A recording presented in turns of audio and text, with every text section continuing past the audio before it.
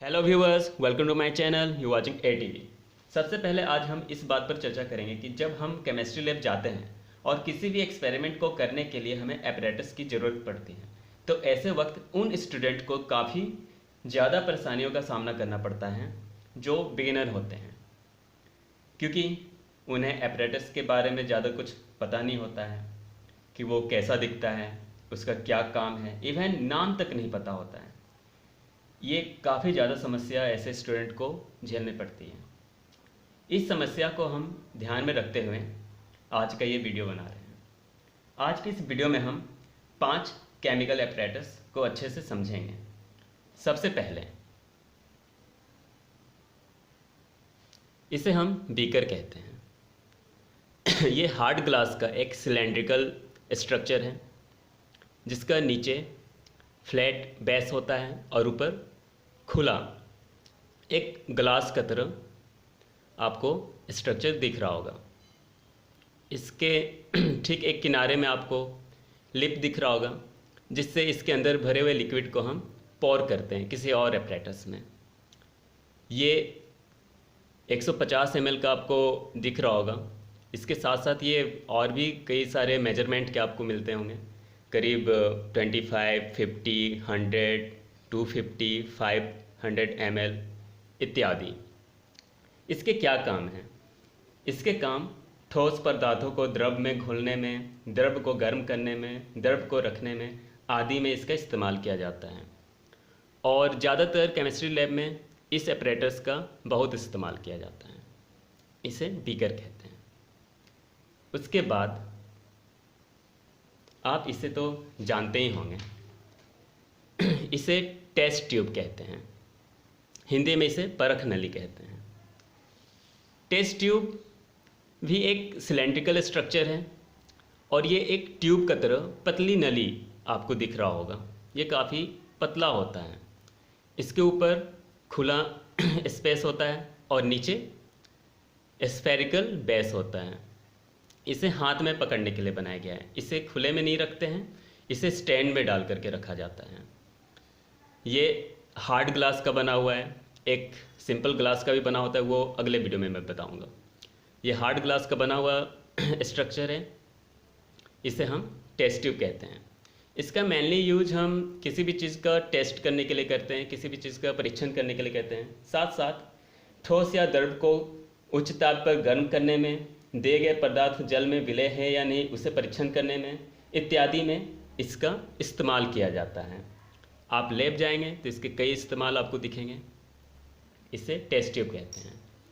उसके बाद हम बात करते हैं राउंड बॉटम फ्लास्क के बारे में।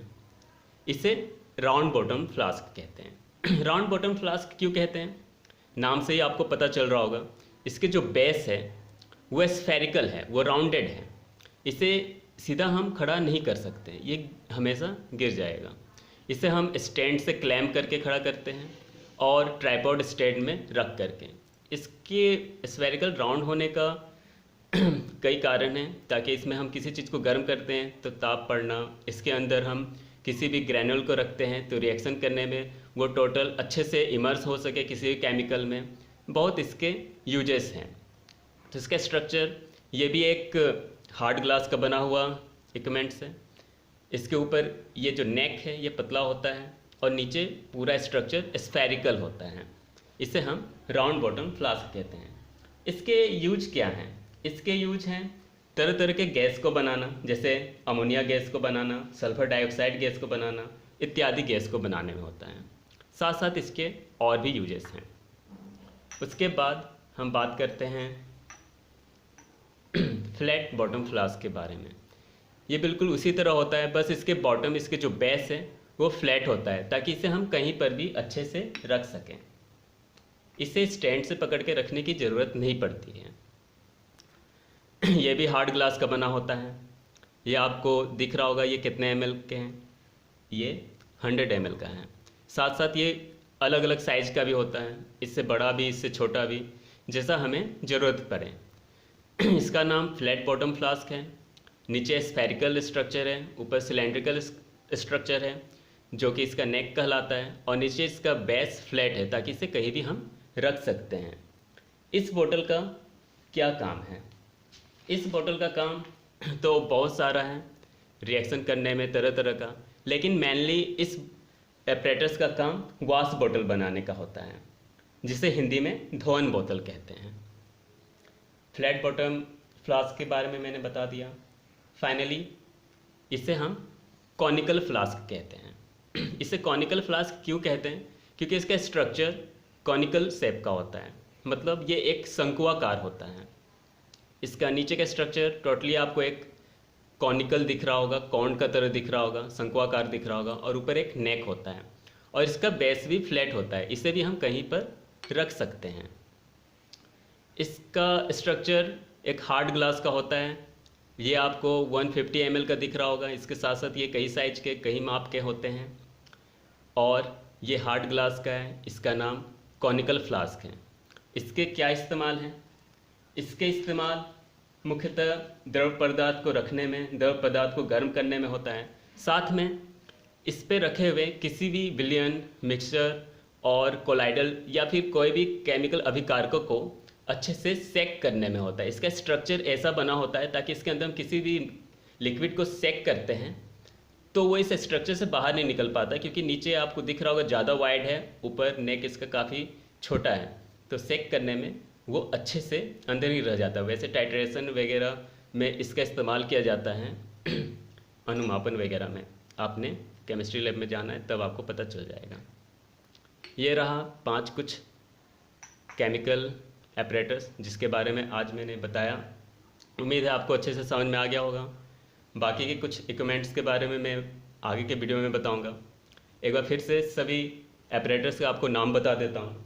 सबसे पहले जो ये सिलेंड्रिकल दिख रहा होगा, इसे बीकर कहते हैं।